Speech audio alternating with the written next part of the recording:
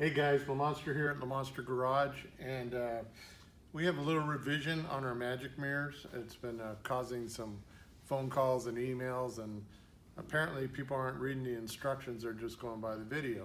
So we're going to do a video to tell you what's in the new instruction.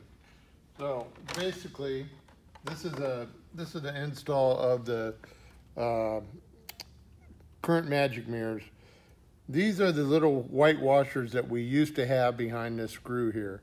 We no longer use these washers, and the reason being, the manufacturer that we got it from, we were getting inconsistencies on the washers, and they would barely hang up on the holes here, and that would cause it to not seat properly.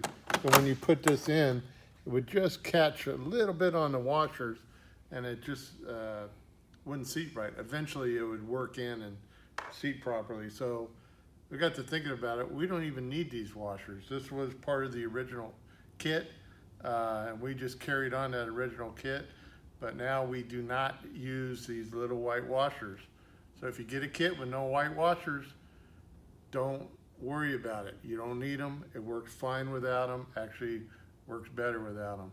So that's it. And hopefully you watch this video before you watch the other video. Thanks.